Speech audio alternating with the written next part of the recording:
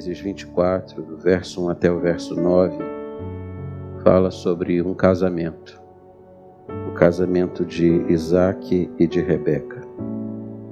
O texto diz assim: Era Abraão já idoso, bem avançado em anos, e o Senhor em tudo o havia abençoado. Disse Abraão ao seu mais antigo servo da casa, que governava tudo o que possuía: Põe a mão por baixo da minha coxa, para que eu te faça jurar pelo Senhor, Deus do céu e da terra, que não tomarás esposa para meu filho das filhas dos cananeus, entre os quais habito, mas irás à minha parentela, e daí tomarás esposa para Isaque, meu filho. Disse-lhe o servo: Talvez não queira a mulher seguir-me para esta terra. Nesse caso, levarei teu filho à terra de onde saíste? Respondeu-lhe Abraão: Cautela, não faças voltar para lá meu filho. O Senhor, Deus do céu, que me tirou da casa de meu pai e de minha terra natal, e que me falou e jurou, dizendo: A tua descendência darei esta terra. Ele enviará o seu anjo que te há de preceder, e tomarás de lá a esposa para meu filho. Caso a mulher não queira seguir-te, ficarás desobrigado do teu juramento. Entretanto, não levarás para lá meu filho.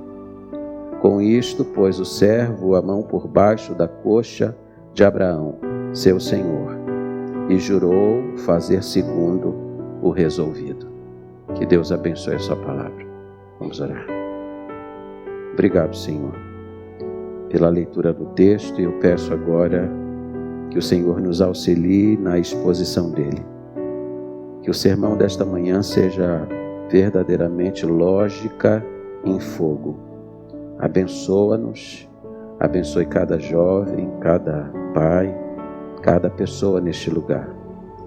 Que destinos sejam traçados aqui nesta hora. Que caminhadas brilhantes sejam iniciadas aqui nesta hora. Que decisões que glorifiquem o seu nome sejam tomadas aqui nesta hora. Que ao final desta reunião, pessoas aqui tomem decisões que verdadeiramente sejam concordes com a tua vontade, e que isso venha redundar em felicidade perene, em lares bem constituídos e no fortalecimento da igreja no presente e no futuro. Eu oro assim em nome de Jesus. Amém. Por favor, tome assento.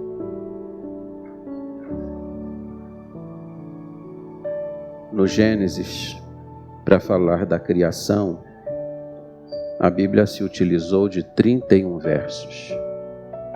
Mas para falar desse casamento, a Bíblia se utilizou de 67 versos. Isso deveria indicar para nós, não apenas que este é o capítulo mais longo do Gênesis, mas que casamento é um assunto muito importante. E eu penso que esse é um texto da Bíblia que nós deveríamos utilizar como roteiro, como modelo de como encontrar um cônjuge ideal. Eu quero chamar sua atenção para alguns pontos introdutórios. Vou tentar ser objetivo em cada um e depois então nós vamos avançando no corpo do sermão. Primeiro, a preocupação de Abraão. O verso 1 diz que Abraão já era idoso, bem avançado em idade. Abraão aqui tem 140 anos de idade.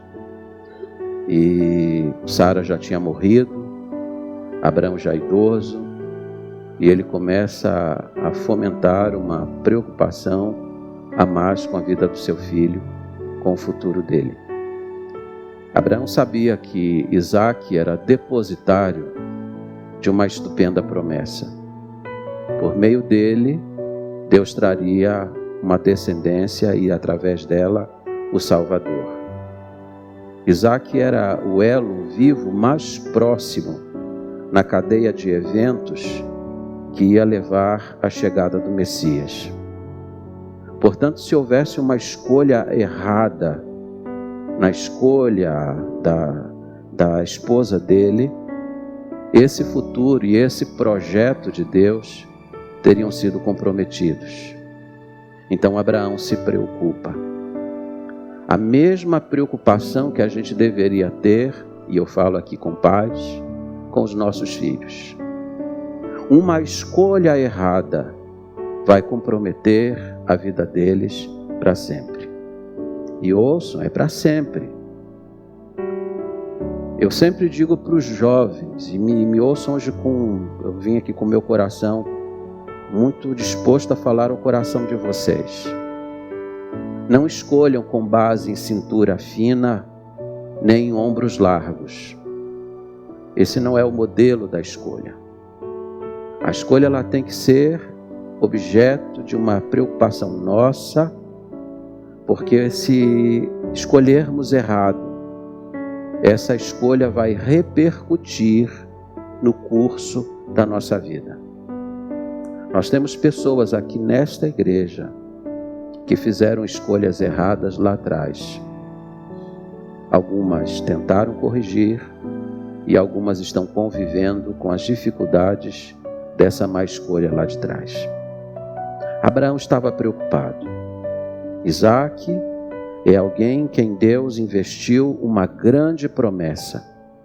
Mas se ele escolher errado a esposa, ou se for escolhida errada a esposa, seria a melhor expressão, esse futuro e esse projeto ficarão comprometidos. Todo pai precisa se preocupar, toda mãe precisa se preocupar, assim como o jovem. Me lembrei de uma pergunta que uma mulher fez a Napoleão Bonaparte. Ela se aproximou dele e disse assim: quando é que uma mãe tem que se preocupar com o futuro de seu filho? Ele respondeu: 20 anos antes dele nascer. Isso significa que se você ainda não é mãe, mas vai ser mãe, você não é pai, vai ser pai, talvez você tenha se casado há pouco, ainda o projeto do filho é bem para o futuro. A frase de Napoleão Bonaparte ela é pertinente. Você já deveria estar orando pelos seus filhos e orando pelo futuro deles, para que eles façam uma escolha acertada. Segunda coisa, a sabedoria de Abraão. Velho, preocupado. Diz a Bíblia que ele chama o servo mais velho da sua casa e dá a ele a tarefa de encontrar uma esposa para seu filho Isaac. E aqui vou abrir um parênteses. Se vocês me chamassem aqui hoje pela manhã para eu falar sobre namoro à luz da Escritura, vou lhes dizer, não existe namoro na Bíblia. Aliás, namoro ele só existe na Bíblia dentro do casamento. Não existe namoro. Vocês podem ler a Bíblia de ponta a ponta, de Gênesis a Apocalipse. Procurem um namoro nessa sequência que a gente conhece. Namoro, noivado, depois casamento. Isso não existe na Bíblia. Casamento era um arranjo dos pais. Aliás, namoro é uma invenção de 300 anos para cá. Até o século XVIII não existia namoro. Os pais escolhiam antecipadamente quem seria o cônjuge dos seus filhos. Faziam um acordo entre famílias. E normalmente os jovens só se conheciam no dia do casamento. Se os pais fizessem uma boa escolha, amém. E aí você pergunta assim, e onde ficava a questão do amor? Amor era uma coisa que se aprendia dentro do casamento. Por isso que a gente diz sempre para as pessoas que amor não é a base principal do casamento. A base principal do casamento é o Senhor. Se o Senhor não edificar a casa. Quando o Senhor é a base desse casamento, esse amor vai sendo aprendido, fortalecido no curso dos anos. Um casamento bem sucedido vai produzir amor. Hoje a gente diz assim, eu amo fulano, então vou me casar com fulano. Às vezes a gente inverte isso E aí depois, no curso do casamento, descobre que aquilo não era amor, e aí o casamento entra em colapso. Abraão chamou o servo mais velho da sua casa.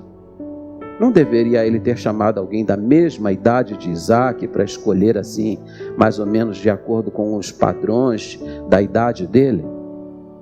Por que será que Abraão escolheu o servo mais velho da sua casa para encontrar uma esposa para Isaac? Porque a experiência diz muito. Os velhos, os anciãos, os homens maduros já trafegaram por um caminho que os jovens nunca trafegaram, que conhecem os meandros e os perigos que estão ao longo do caminho. Quando se trata de casamento, você deveria ouvir os mais velhos. Você diz assim, que ele é velho, ela é velha, não tem a minha idade. Pois exatamente por isso você deveria ouvi-los. Você deveria ouvir seus pais, você deveria ouvir o seu pastor, porque a gente já caminhou por alguns caminhos que você nunca trilhou antes. A gente já bateu cabeça e não gostaria que você batesse. Já cometemos erros no passado que nós não gostaríamos que você cometesse. Mas o que diz o autor de Provérbios? O tolo despreza o conhecimento. O tolo diz assim, não, eu que escolho. A decisão é minha. A decisão é sua e o futuro também é seu. Amanhã, e eu digo sempre para quem despreza conhecimento, um dia você vai se lembrar de mim. Um dia você vai se lembrar de mim. Como muita gente já se lembrou de mim no dia do casamento, ou dentro do casamento. O pastor falou comigo. Nós tínhamos uma moça em nossa igreja no Rio de Janeiro, uma preciosidade, a melhor voz da igreja, melhor regente da igreja, uma ovelha dócil, amada, mas se envolveu num relacionamento. Papai falou, mamãe falou, pastor falou, eu falei, mas as pessoas quando ficam apaixonadas elas não ouvem. E aí depois entrou num casamento que, pelo amor de Deus, o inferno era bem parecido. Se você for um tolo, você despreza. Mas se você for sábio, você para pelo menos para ouvir e para refletir. Se meu pastor, se meus pais estão falando isso, eu deveria ao menos parar para considerar. Porque se você não ouvir agora, você vai sofrer lá na frente. E a gente gostaria de poupar você do sofrimento. Terceiro lugar, o temor de Abraão. Abraão chamou seu servo mais velho, disse, você vai encontrar uma esposa para meu filho Isaque. Mas você vai jurar para mim que não vai procurar uma moça entre as cananeias, do povo aqui dessa terra, porque os cananeus eram considerados uma semente maldita, adoravam outros deuses. Abraão está desejando que seu filho se case com alguém que pertença a uma semente bendita, da sua parentela, gente que comungava da mesma fé, que professava o amor ao mesmo Deus. Você vai lá e vai procurar, mas você vai jurar para mim que não vai encontrar em outro lugar que não seja entre os meus. E diz a Bíblia que Abraão fez com que seu servo colocasse a mão debaixo da sua coxa e fizesse esse juramento. Colocar a mão debaixo da coxa de alguém para fazer um juramento era algo soleníssimo, porque esse juramento envolvia a descendência da pessoa que jurava. Se ela jurasse falsamente, Deus feriria no curso da história a sua descendência. E quando o servo pôs a mão, diz a Bíblia que ele jurou. Esse juramento envolvia toda a sua geração póstera. Ele estava consciente dessa responsabilidade. Qual é a preocupação do pai? que seu filho se case com alguém que não conheça a Deus. Eu fico impressionado quando eu vejo pessoas dizendo assim para mim: ah, pastor, meu filho já se formou. Ah, pastor, o meu filho já está bem empregado. Ah, meu filho já isso, meu filho já aquilo. Agora só falta aceitar Jesus como Salvador. Falta então o quê? Falta o quê? O principal. Seu cônjuge pode ser bem empregado, pode ser de família rica, pode ter um bom nome na cidade, pode ser isso, pode ser aquilo, mas ele conhece a Deus. Ele ama a Deus, ela ama a Deus, serve a Deus. Esse é o princípio basilar. Casamento é uma união a três: o esposo, a esposa e Deus. É o cordão de 3 dobras. Pode ter tudo, não tem Deus, não tem nada. E Abraão quer que ele encontre alguém que conheça a Deus.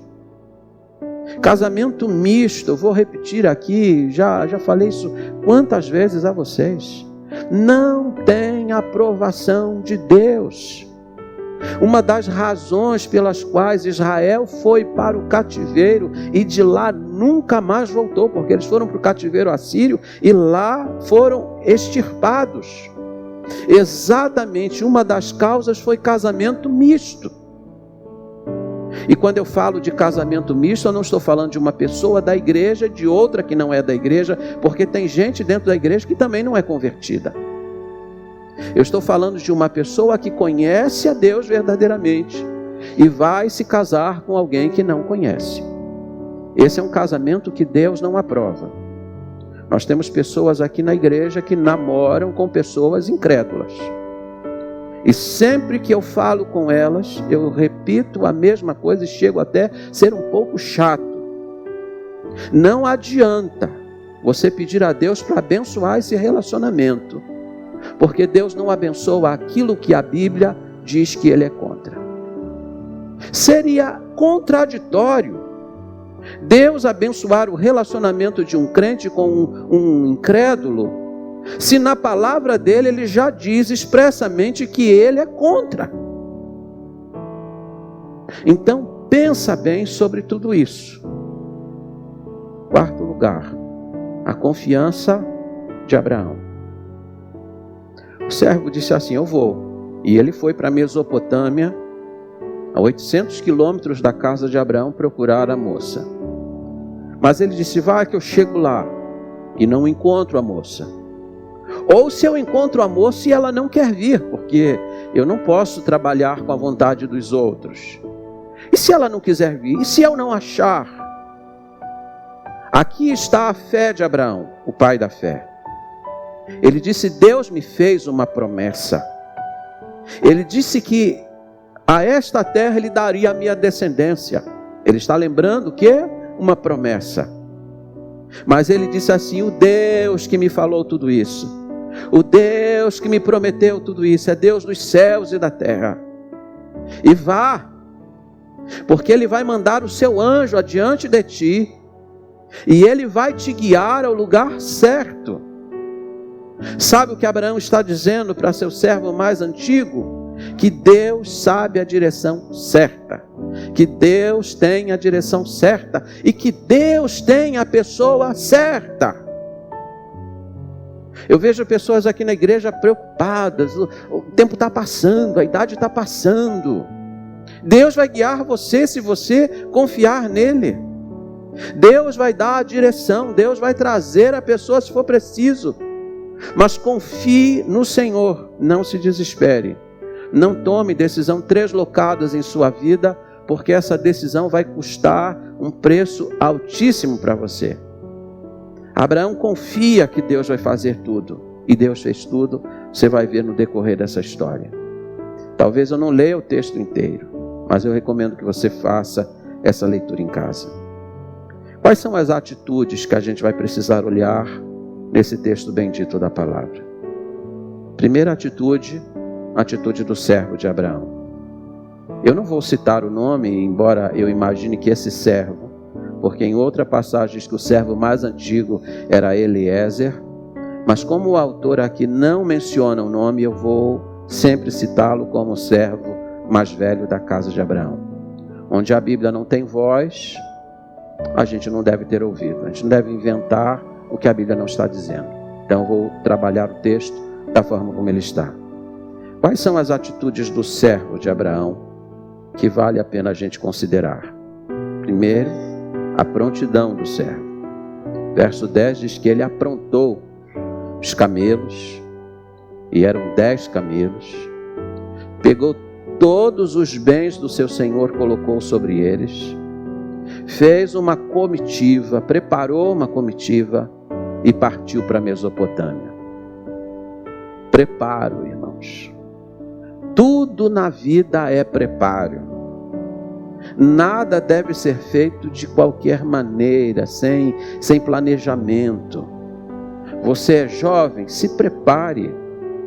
Você quer se casar um dia, quer construir uma história bonita, comece a se preparar. Vai estudar, vai trabalhar, vai fazer isso, vai fazer aquilo outro. E vá buscando a Deus, vá se preparando. Não se preocupe com datas, com prazos que a nossa sociedade estabeleceu. Isaac se casou aqui com 40 anos de idade. E Jacó, para você ter uma ideia, se casou com 72 e você está preocupado? 72 anos foi a idade com que Jacó se casou. Tem gente aqui com 20 e pouco, já estão com medo de ficar para titia? De maneira nenhuma.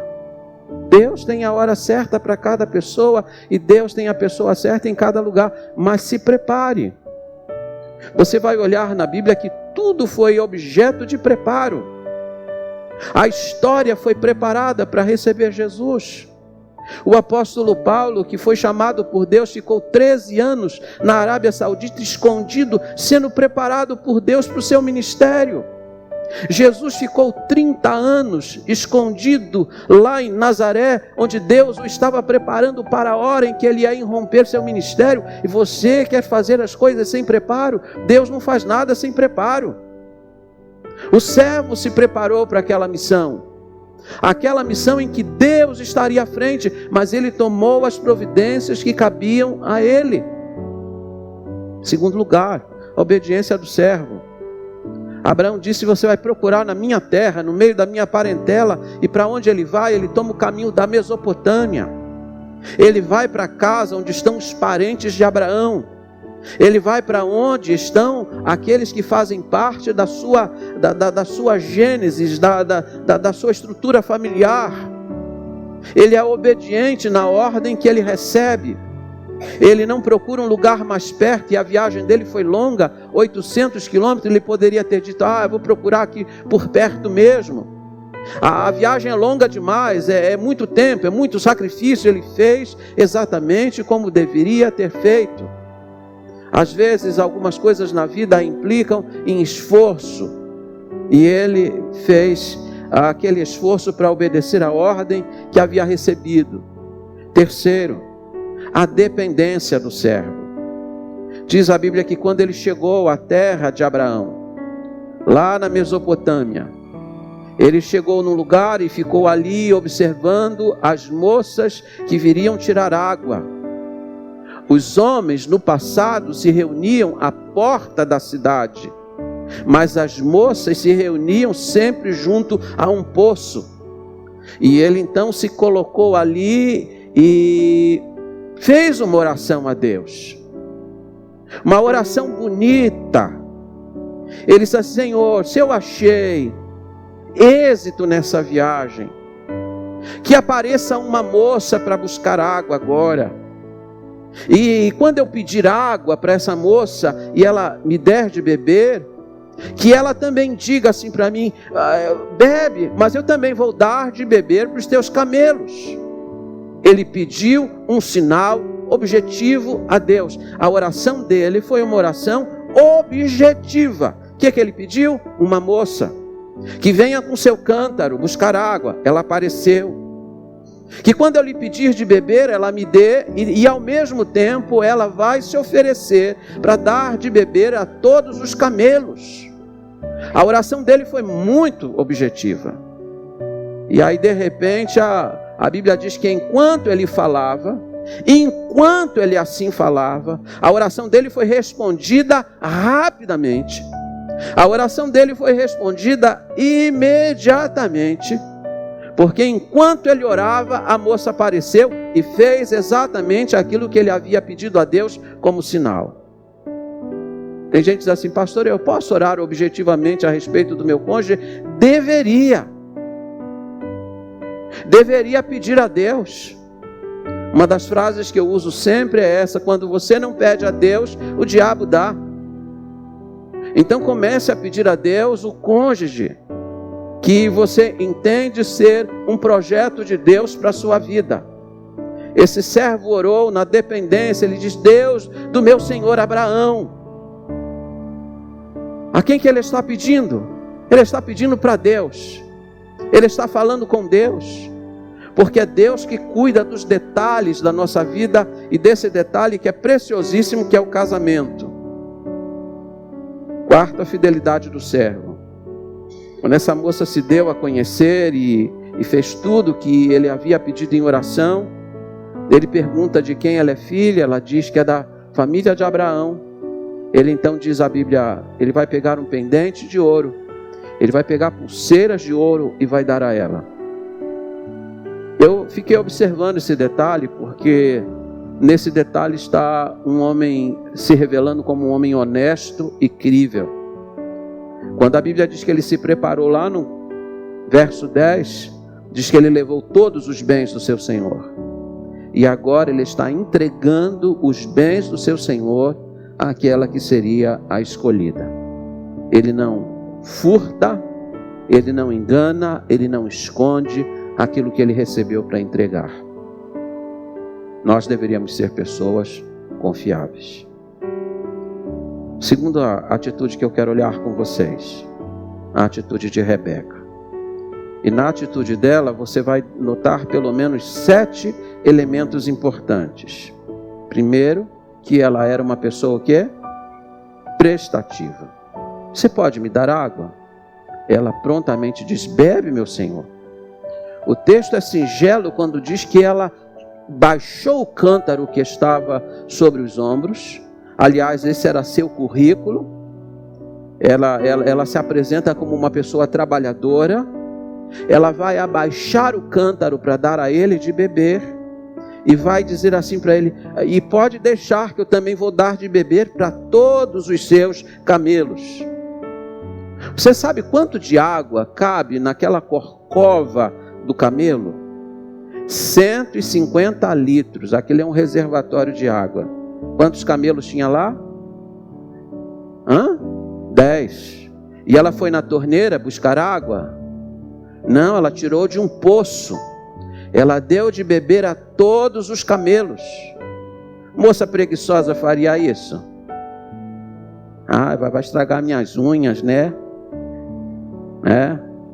Não, ela deu de beber para ele, para os servos, para os camelos. Ela foi muito prestativa. Esse é um dos elementos que você deve observar numa moça com quem você quer se casar. Moça que fica o dia inteiro pintando unha e mexe no cabelo, mas não trabalha, não serve para casar, meu filho. Você vai ter muito aborrecimento.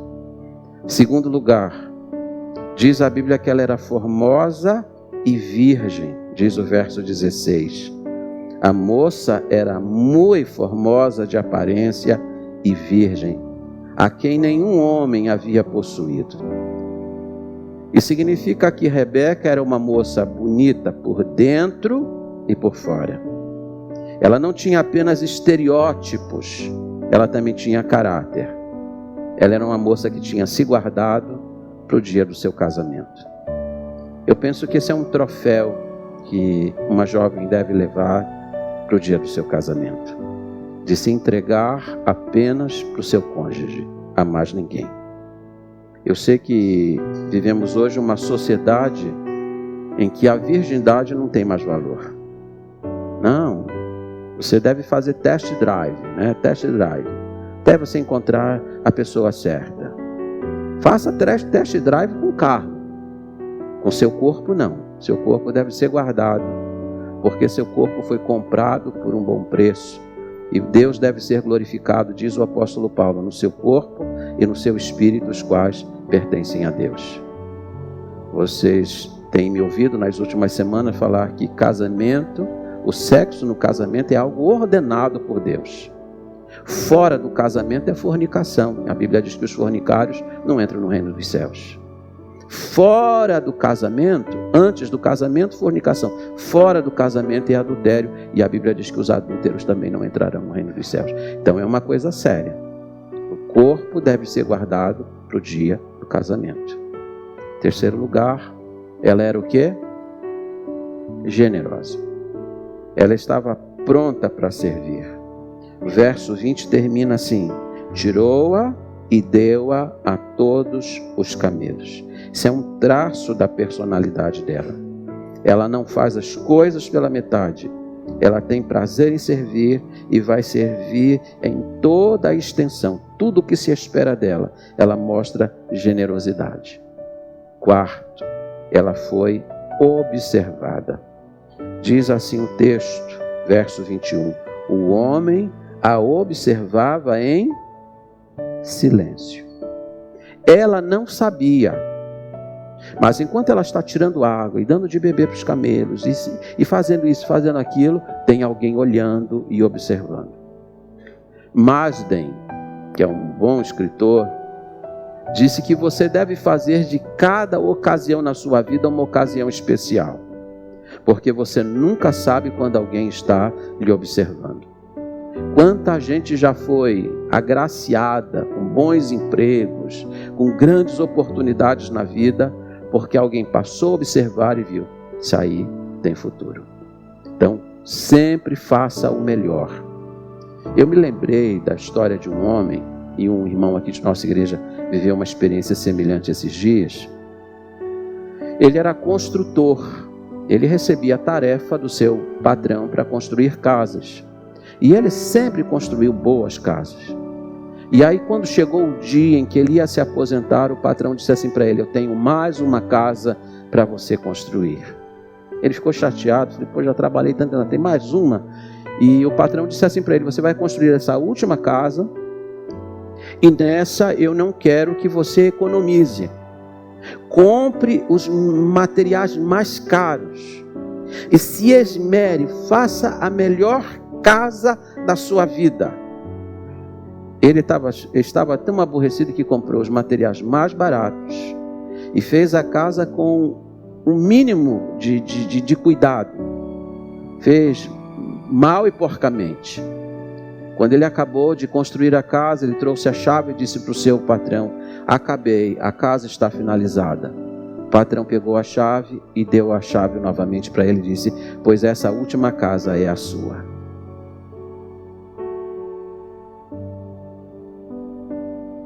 Que prêmio, né? Por fazer as coisas mal feitas. Um membro aqui de nossa igreja trabalha para um patrão também. E havia lá uma churrasqueira, disse: eu quero que você lixe porque nós vamos pintá-la. Lixou, disse: tá bom não estou satisfeito não. Lixa de novo. Lixou. Tá bom, não estou satisfeito não. Lixa de novo. Ele foi ficando aborrecido. Lixa de novo. Ele lixou. Ele já estava a ponto de falar umas poucas e boas. Quando ficou pronto, mandou pintar, o patrão disse: esse é seu prêmio, essa churrasqueira é sua. Como que a gente faz as coisas? Que prêmio que a gente recebe quando é observado por alguém? Essa moça galgou um degrau altíssimo. Ela recebeu não apenas a honra de se casar com o filho de Abraão, mas recebeu a bênção de figurar na genealogia do Senhor Jesus Cristo. Que bênção, não é? Mas tudo começou quando ela foi observada. Você está sendo observado por alguém. Quinto, ela era o quê? Hospitaleira. O servo mais velho de Abraão disse assim: tem lugar na sua casa que a gente possa passar a noite, ser acomodado. Ela disse: na minha casa tem forragem, vão para lá. Note que ela nem consultou os pais, mas ela conhecia os hábitos beduínos. Se é uma coisa que o beduíno sabe fazer, é receber, e tem prazer de hospedar. E ela toma a dianteira e vai preparar pousada. Ela era uma pessoa que tinha esse traço, e esse traço é um traço que a Bíblia vai usar no Novo Testamento como um dos parâmetros da vida cristã. Sexto, ela era confiável. O servo de Abraão, quando vê todos aqueles elementos presentes na vida dela, de que Deus tinha ouvido sua oração, porque perguntou para ela: quem é teu pai? Eu sou filha de Betuel. Reconheceu que era da família de Abraão. Diz a Bíblia que o servo naquela hora se prostrou e adorou a Deus. Ele disse: Deus me deu um bom êxito.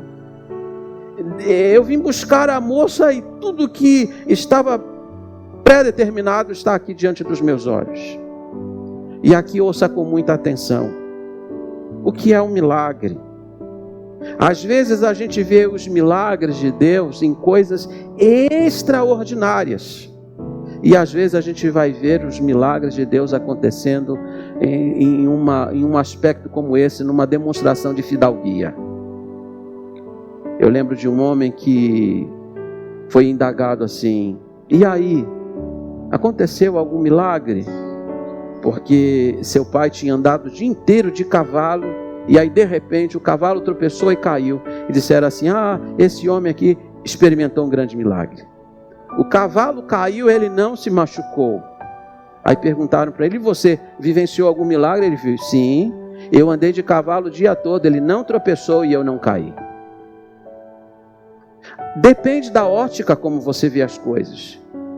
O servo de Abraão, quando viu aquela moça hospitaleira, da família de Abraão, que correspondia a tudo aquilo que ele vinha buscando, ele viu ali um milagre. Diz a Bíblia que naquela hora ele adorou ao Senhor.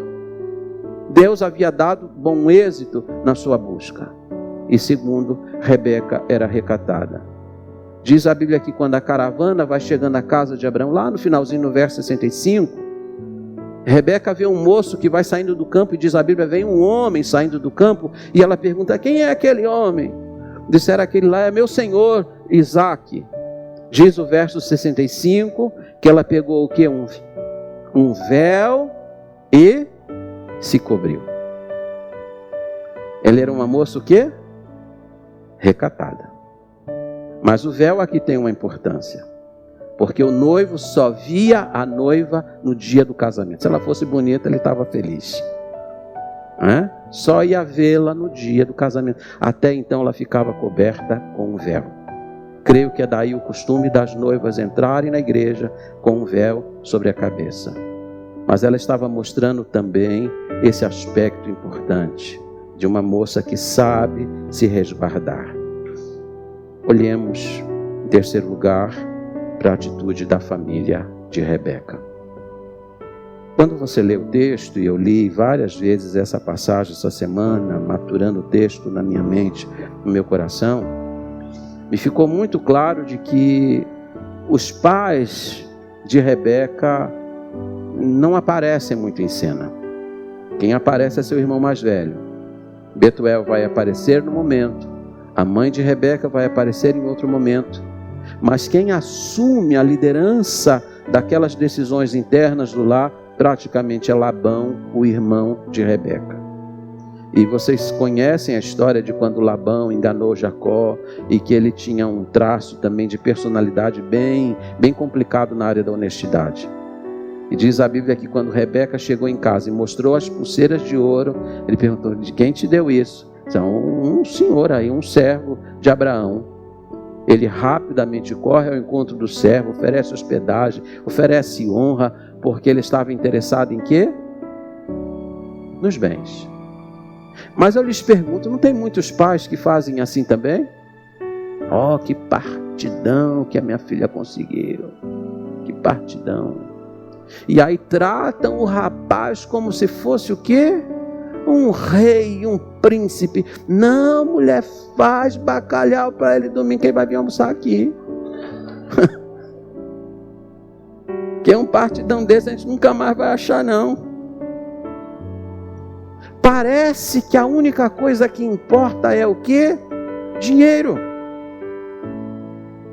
Minha filha vai se casar, mas eu sempre disse a ela: minha filha, eu não me importo com a cor desse marido. Eu não me importo com muitas coisas, só me importo com duas coisas: que ele seja crente e que ele seja trabalhador. Mesmo que ele não tenha muito agora, mas se ele for trabalhador e ele tiver visão, ele vai alcançar. Eu casei praticamente sem nada, mas minha esposa olhou e disse: ele tem ambições na vida, ele não vai ser uma pessoa acomodada. E isso tem se comprovado ao longo da nossa caminhada. Esse moço, chamado Isaac, ele tinha muitos bens, por causa dos seus pais. Mas ele vai também mostrar no curso da sua vida que ele estava pronto para trabalhar. Você vai encontrar isso lá no capítulo 26, quando ele reabre poços, fecha os poços, ele abre poços e ele abre poços. E para onde ele vai, Deus vai dando prosperidade, porque ele é um trabalhador, ele confia também em promessas de Deus, ele tem promessas de Deus na vida dele. Isso é que é essencial.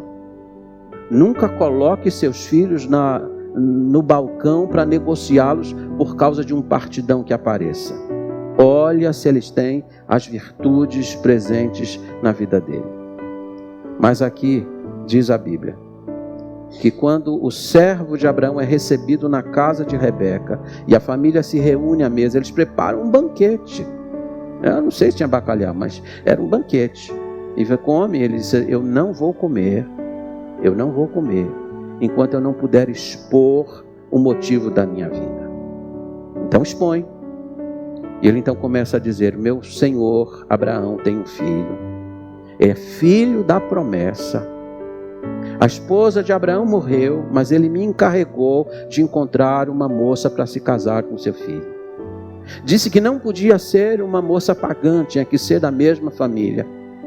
Eu disse para ele que eu ia procurar, mas não sabia se achar, e se achasse eu não sabia se essa moça ia vir, mas ele me garantiu que o anjo ia me guiar, e ele me guiou até este lugar. Quando eu cheguei no lugar onde as moças se reúnem para tirar água, eu fiquei lá observando. E aí então eu fiz uma oração a Deus, ao Deus de Abraão, dizendo: Senhor, a moça que o Senhor tem escolhido para o meu Senhor, ela tem que aparecer com um cântaro, tem que me dar de beber, tem que dar de beber para os camelos. E eis que esta moça aqui fez isso.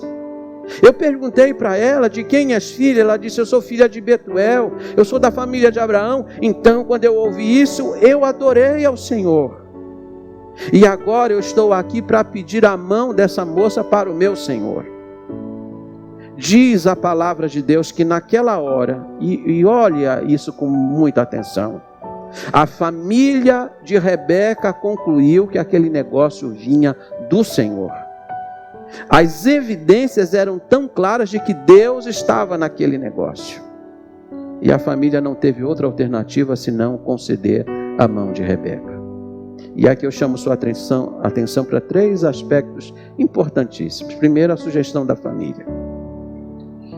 A família concedeu a mão, mas disse assim: vamos esperar mais uns 10 dias aí, vamos fazer uns preparativos. O servo de Abraão falou assim: eu não tenho tempo para perder.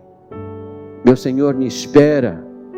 E eu quero alcançar êxito completo nessa missão. E eu quero partir, eu quero levá-la para o meu Senhor. A sugestão da família foi rejeitada pelo servo, mas a família retrucou. E então ele disse assim: então chama a moça, para que ela decida se ela quer ir agora ou se ela quer demandar mais tempo em preparativos. Rebeca veio. Interessante, né? Ela não pôde escolher o cônjuge, mas ela pôde escolher se partiria agora ou se partiria depois, e ela disse: eu irei. Essa é a decisão de Rebeca. Terceiro, a bênção da família. Diz o verso 60, que quando Rebeca sobe no camelo, acompanhando aquela comitiva que tinha vindo da casa de Abraão, a família a abençoou. Princípio de Deus, porque a Bíblia é um livro de princípios. Nunca, mas nunca, nunca em sua vida, saia da casa dos seus pais sem a bênção deles.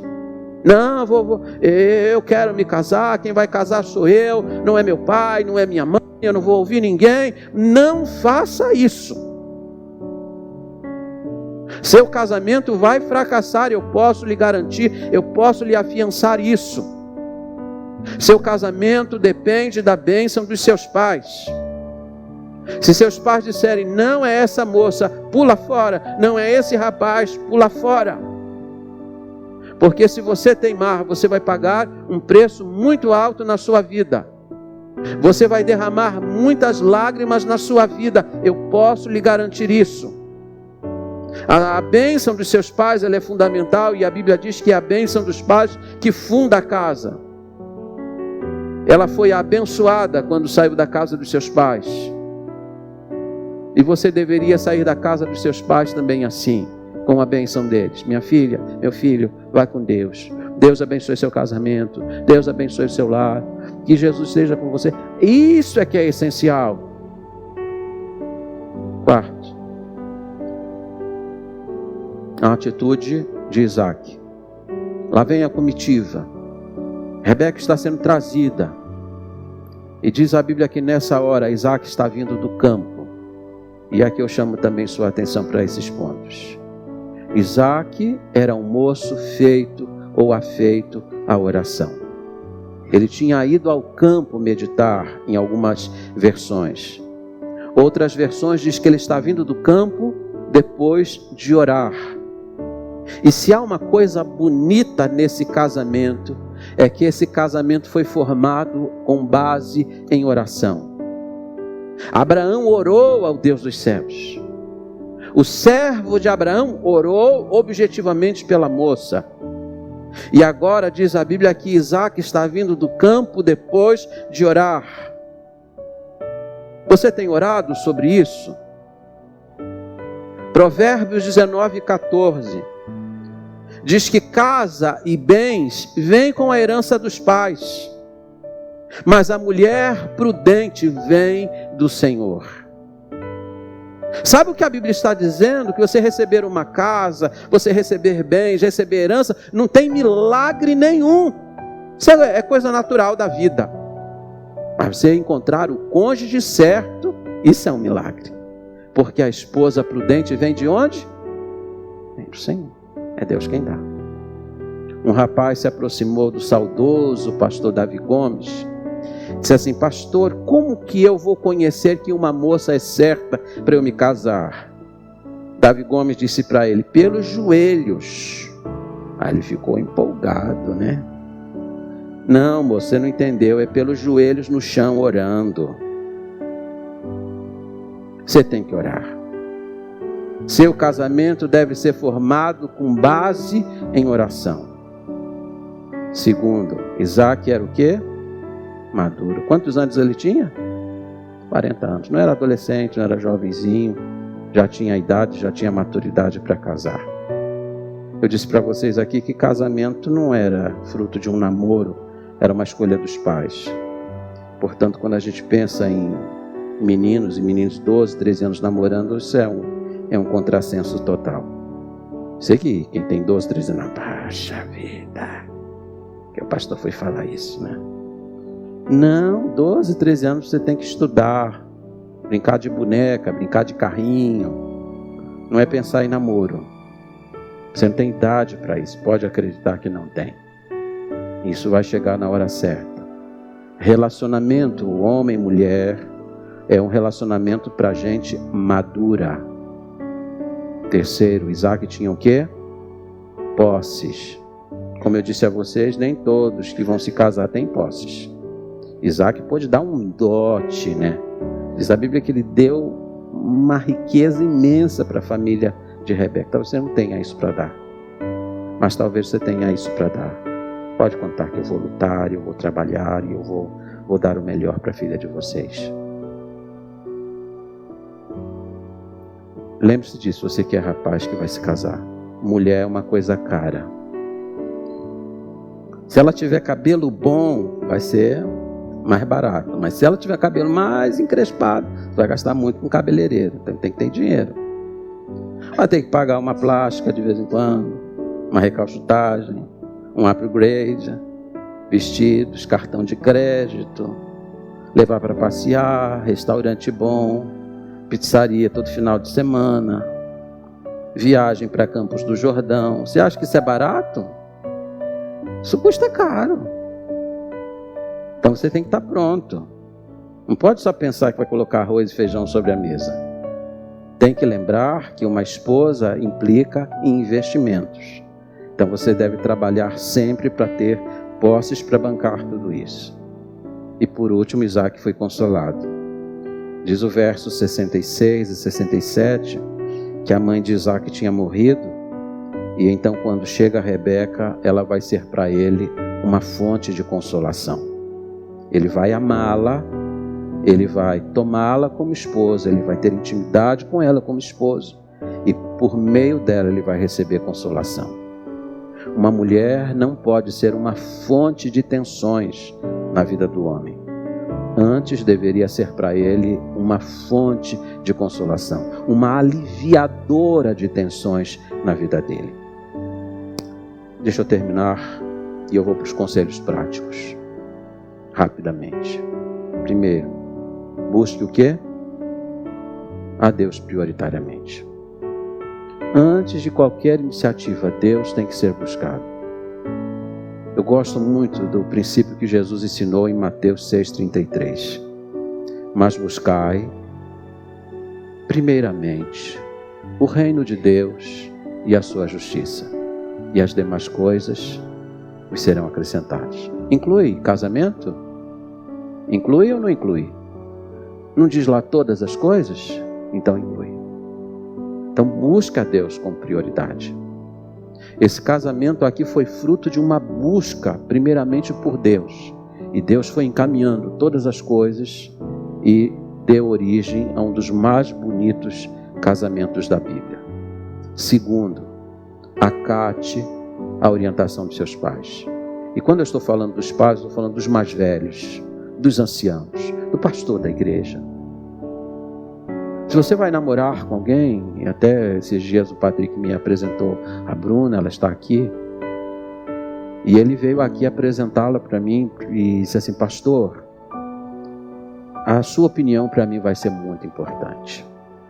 A sua opinião vai ser muito importante. E eu não quero, e ele trouxe a Bruna antes de começar efetivamente o namoro. Se o Senhor abençoar, eu prossigo.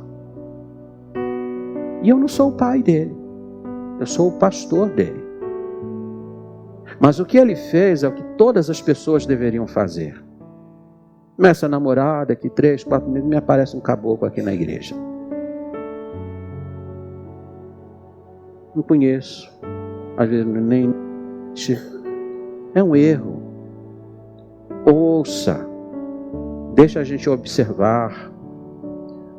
Deus deu aos pais uma percepção que você não tem, e você vai ter depois que você tiver seus filhos. Deus deu ao pastor um olhar que você não tem. Ele é um homem de Deus, ele é um homem como você no sentido humano, mas como Deus investiu a vida dele no ministério, Deus deu a ele uma ciência que você não tem. A gente tem um olhar, a gente enxerga coisas que você não percebe. Então, se você pudesse ouvir o seu pastor, você iria muito bem na sua vida. Terceiro, se conduza pelo caminho direito. O servo de Abraão, no verso 48, disse assim para a família de Rebeca: eu vinha me conduzindo pelo caminho direito. Deus me trouxe no lugar certo, porque eu me conduzi pelo caminho certo. Não adianta você querer fazer atalhos, procurar para cá, correr para lá e fazer isso, fazer aquilo. Se você não anda no caminho certo, você não vai chegar no lugar certo. Se conduza pelo caminho certo. Uma pessoa de minha família disse assim: me casei 3 vezes. E nenhum dos meus casamentos deu certo. Aí eu perguntei assim para ela: Onde que você achou seus maridos? O primeiro, disse ela, eu achei num barzinho. O segundo eu achei numa boate. O outro eu não me lembro, mas o lugar também não era bom. E aí eu disse assim para ela: no chiqueiro não se encontra pérolas. No chiqueiro só se encontra porcos. Você quer encontrar a pessoa certa? Procura na casa do Senhor. Eu sei. Tem uma mãe que falou para mim assim: pastor, hoje na igreja está tão ruim quanto lá fora. Eu concordo. Mas ainda a igreja ainda é o melhor lugar. Tem muitos moços dentro da igreja que está aqui de gaiato. Passa uma imagem, mas quando sai lá do portão da igreja é ímpio, como os outros são ímpios. Mas ainda dentro da igreja você vai encontrar, certamente, com a busca e a orientação de Deus, um servo do Senhor, para o seu filho e para a sua filha. Eu tenho a alegria de estar casado há 34 anos e tenho a alegria de ter conhecido a minha esposa dentro da igreja. Eu tenho 57 anos de idade e eu conheci a minha esposa dentro da igreja com 11 anos de idade. Eu a conheço há 46 anos. Foi ela que me ensinou a cantar no Cantor Cristão. Sentei um dia do lado dela, assim como a Elô está do lado da mãe. O pastor da igreja disse: vamos cantar o hino tal. E ela pegou o Cantor Cristão dela, com partitura musical, disse assim: você sabe cantar? Eu falei: eu não sei. Segue essa linha, segue essa linha, segue essa linha, segue essa linha. E aí eu aprendi naquele dia a cantar com ela. Eu tinha 11 anos de idade. Me casei com ela com 23 anos de idade, mas quando eu casei com ela eu já era amigo dela há 12 anos, na mesma igreja. A igreja ainda é o melhor lugar para você encontrar a pessoa certa. E por último, afaste-se do jugo desigual. Aliás, antes de eu falar desse ponto, porque talvez eu fale sobre isso à noite no sermão de hoje à noite, porque uma pessoa enamorada disse assim: noiva minha, amiga minha. Você tem que encontrar, para se casar, uma pessoa que antes de tudo deva ser sua amiga ou seu amigo. Porque vai chegar uma época da sua vida, quando a idade bater, as enfermidades chegarem, e elas já estão chegando. Você vai ver que a amizade vai ser de uma importância vital dentro do relacionamento. Já não é mais aquela coisa de pele, sabe, de atração sexual. Isso depois passa a ter um valor secundário dentro do casamento. Porque a amizade é que vai permear o relacionamento. Então, seja amigo antes de qualquer coisa. Procura entre os amigos da igreja e começa a fomentar amizades, e aí a coisa naturalmente vai acontecendo. Quarto, afaste-se do jugo desigual. A preocupação desse pai de que Isaac se casasse com uma moça que não conhecesse a Deus era um negócio assim de outro mundo. Por favor, fez o servo jurar com peso para a descendência dele se ele não cumprisse o juramento. Tem que ser da mesma família. Tem que ser alguém que sirva a Deus. Quando eu toco nesse assunto, tem gente assim: pastor, mas eu conheço gente que se casou com pessoas incrédulas e deu certo, depois a pessoa veio já. Eu também conheço. Mas isso não é regra, isso é exceção à regra. Eu conheço uns 2 ou 3 casos assim que deu certo. Mas eu conheço centenas, dezenas que deram errado. O pastor James Kemp, que é uma autoridade nesse assunto, ele ilustra esse assunto da seguinte maneira: imagine que você vá ao aeroporto de Congonhas agora e vá comprar uma passagem, uma ponte aérea de São Paulo para o Rio. E na hora de comprar a passagem, a pessoa te informa assim: olha, tem uma notícia para te dar. De cada 100 voos que partem aqui de São Paulo, Só um chega no destino, 99 cai no meio do caminho. Assim, você embarcaria nesse avião? Pode dar certo, pode ser que seu avião seja a exceção, mas 99 ficam pelo caminho.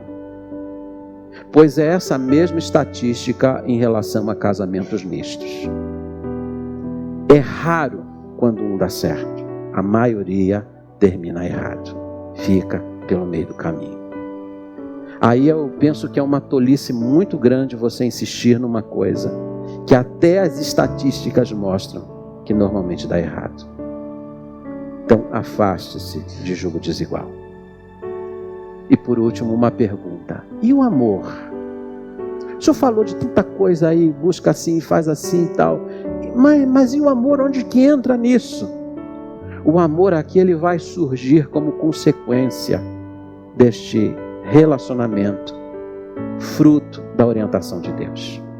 O verso 67 diz que Isaac amou a Rebeca, ele só a conheceu naquela hora.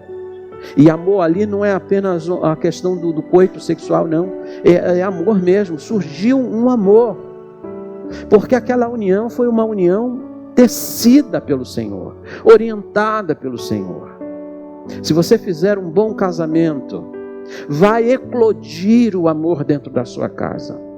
Vai permear seu relacionamento ao longo das décadas. Você vai completar bodas de prata, bodas de ouro, quem sabe até de diamante, em amor.